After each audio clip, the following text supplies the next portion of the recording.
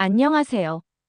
오늘은 제가 직접 겪은 너무나도 충격적인 이야기를 여러분께 전해드리려 합니다. 바로 전세 보증금 전액을 날린 깡통전세 사기 사건입니다.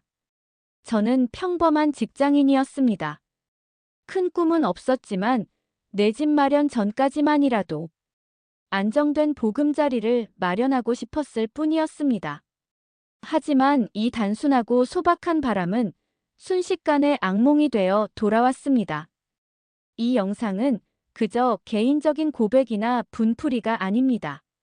저처럼 부동산에 익숙하지 않은 평범한 분들, 특히 사회 초년생, 신혼부부, 혼자 사는 분들이 전세 사기의 피해자가 되지 않도록 정보를 나누고자 합니다. 하나하나 제 사례를 통해 설명드리겠습니다. 깡통전세는 결코 남의 일이 아닙니다. 오늘 영상에서는 깡통전세의 정확한 의미와 구조, 제가 실제로 겪은 피해 과정과 시그널, 피해를 막을 수 있는 핵심 수칙, 사기를 당한 후 어떻게 대응했는지에 대하여 공유해 드리겠습니다.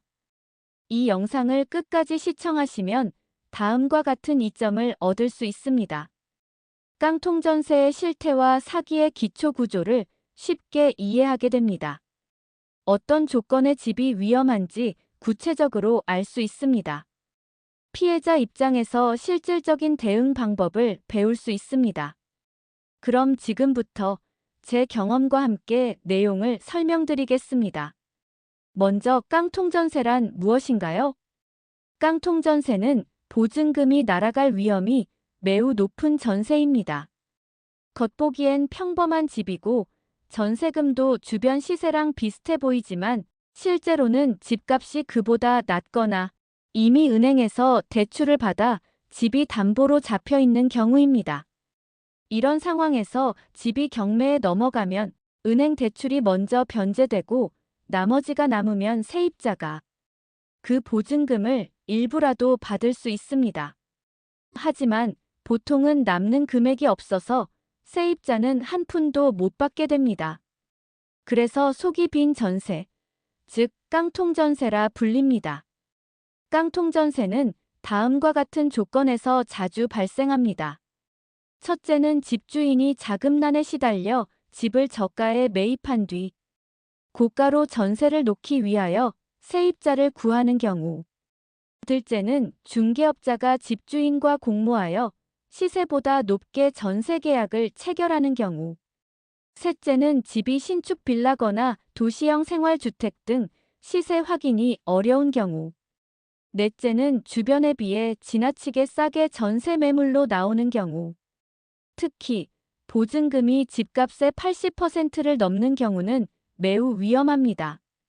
실제 사례에서는 보증금이 95%인 계약도 있었고, 이런 경우 집값이 조금만 떨어지거나 문제가 생겨도 보증금 전액 손실로 이어집니다. 이번에는 제가 겪은 깡통전세 사기를 당한 경험담을 알려드리겠습니다. 2023년 봄, 저는 서울 외곽에 위치한 신축 빌라에 전세로 입주했습니다. 당시 보증금은 8,500만 원이었고 중개인은 이 동네에서는 평균적인 수준이라고 했습니다. 계약도 빠르게 진행됐고 전세자금 대출도 승인되어 이사를 서둘러 마쳤습니다. 하지만 저는 계약 당시 몇 가지 중요한 점을 놓쳤습니다. 첫째, 등기부등본을 직접 확인하지 않았습니다.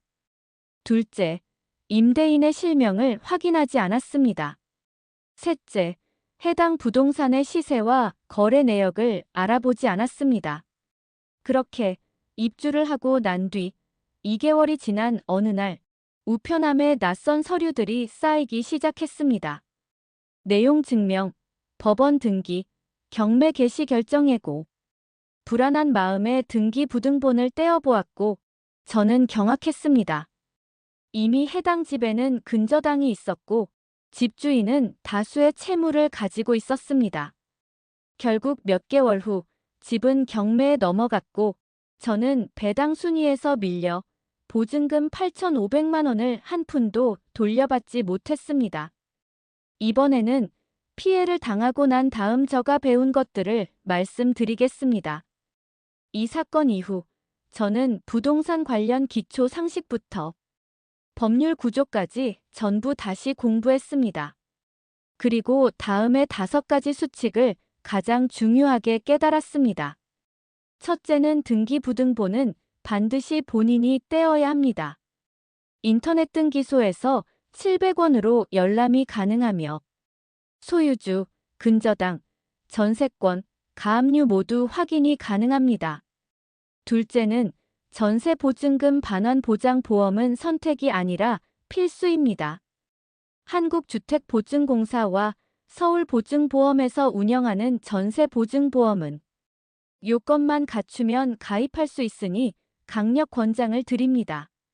셋째는 전입신고와 확정일자는 세입자를 보호하는 유일한 수단입니다. 주민센터에 전입신고 시 임대차 계약서를 지참해서 날인을 받으면 됩니다.